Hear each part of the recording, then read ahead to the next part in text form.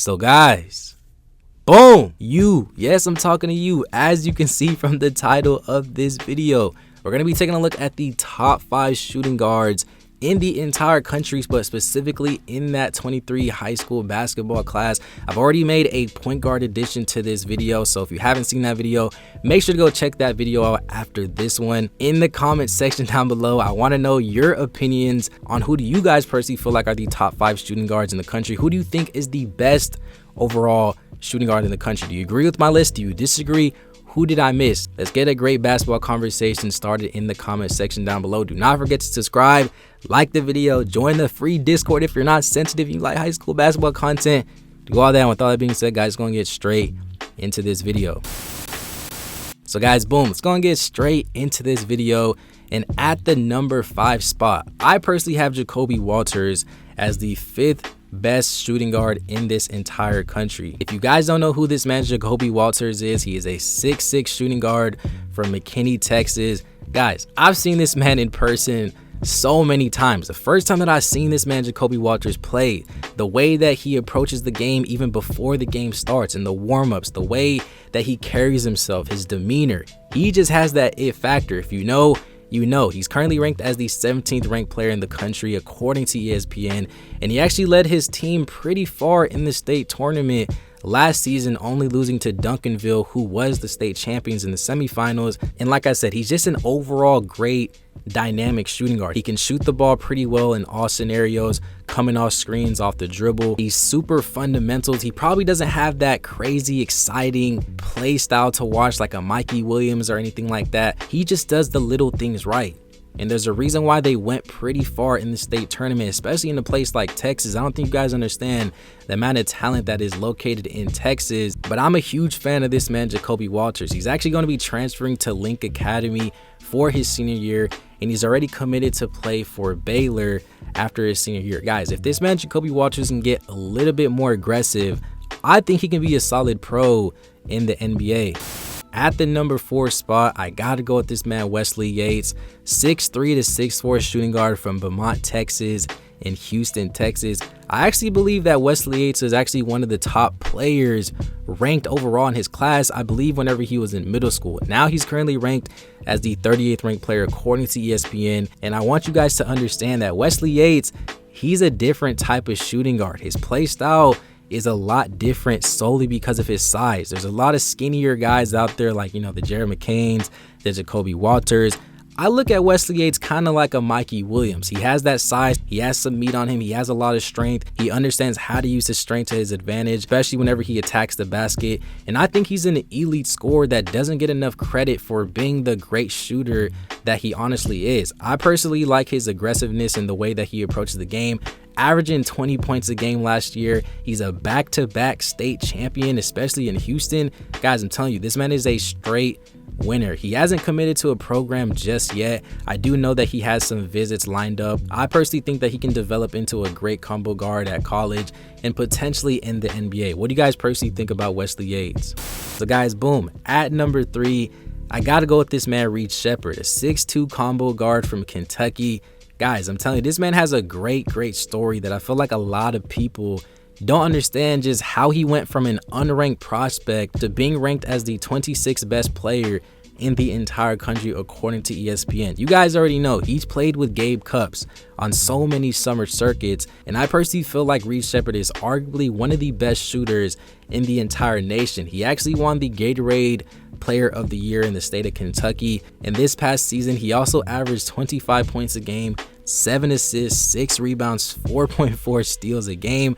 Guys, this man is more than just a shooter. He's super good also at attacking the basket, and he will surprise you with what he can do whenever he gets around the rim. Guys, SHEPPARD, he's just the type of player that every coach wants. He's super disciplined. He understands his role. He's not going to play outside of his role. He's willing to take the back seat. He can shoot the lights out. And guys, just an all-around good kid. He always shows up whenever it matters most against the big-time players. We've seen him play against Bronny James, the Keontae Georges, the Chris Livingstons. Check the tape. I'm telling you, SHEPPARD, he's definitely that guy. I'm a huge fan. What do you guys personally think about SHEPPARD?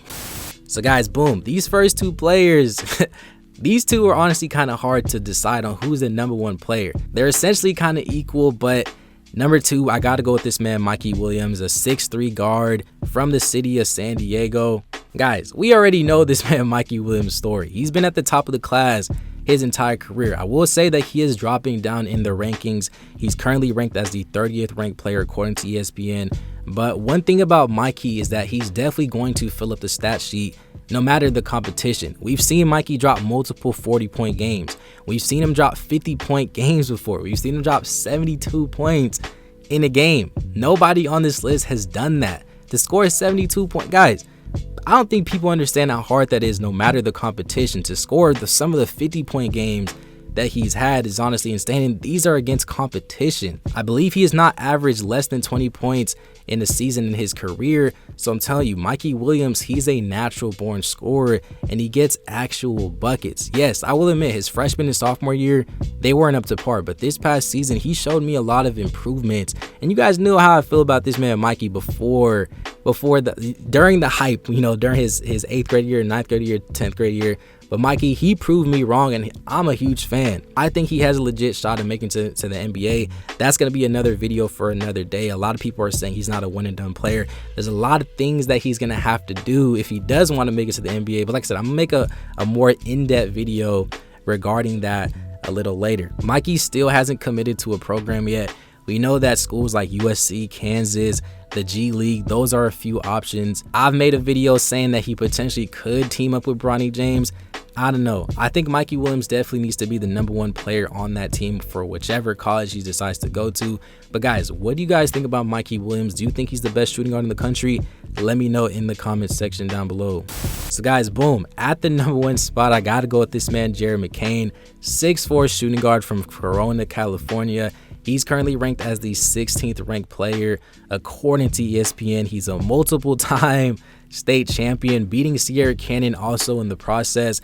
This dude is a straight winner. He was the Gatorade Player of the Year in California, averaged 23 points a game, 6 rebounds, led his team to a 33-1 record. He improved over the season from his sophomore year to his junior year. His sophomore year, he only averaged 15 points a game. So moving that up to 23, being the man, and also playing with the guy like a Donovan Dent. Guys, originally, I know a lot of people are saying that Kylan Bostel was the better player out of the two with him and Mccain. I don't know. I actually feel like Mccain may have actually surpassed this man Kylan Bostel, who we know reclassified and is now going to actually play in the 22 season for Arizona. But guys, Mccain, I personally feel like he just doesn't get credit. He doesn't get enough credit because of his play style. And a lot of people may say he's too fundamental or it's not as exciting to watch. I've seen this man Mccain in person in the multiple scenarios. He's gonna get a bucket. He knows how to put the ball in the hole, and he's gonna do it pretty efficiently as well.